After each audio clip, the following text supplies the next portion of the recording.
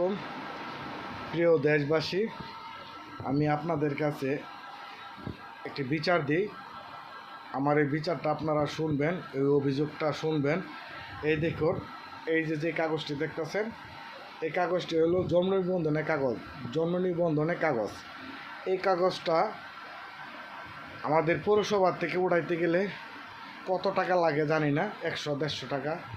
কিন্তু তারা এই কাগজটা উঠাইতে গেলে আমি এই কাগজটা উঠানোর জন্য গিয়েছিলাম, এটা 400 টাকা।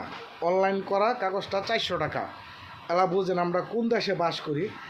কারণ এই পৌরসভাতে সরকারিভাবে বেতন নিতেছে প্রত্যেকটা কর্মকর্তারা, কিন্তু এই কাগজটা জনস্বার্থে মানুষকে এই কাগজটা দিবে, এটার জন্য 400 টাকা গুনতে হবে। একটি কাগজ 400 টাকা। এলা আপনার ফ্যামিলিতে যদি 4 জন থাকে তাহলে 1600 টাকা।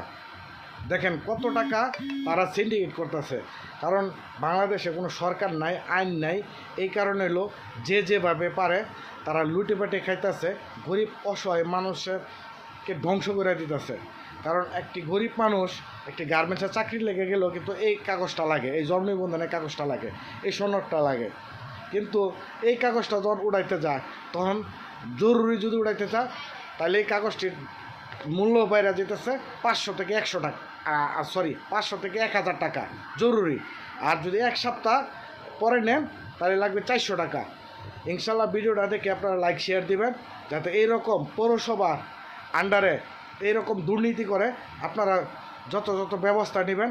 এ হলো আমার সরকারের কাছে আবেদন, এবং সাধারণ জনগণের কাছে যারা উচ্চ লেভেলের যারা আছেন তাদের কাছে আমার এই আবেদন।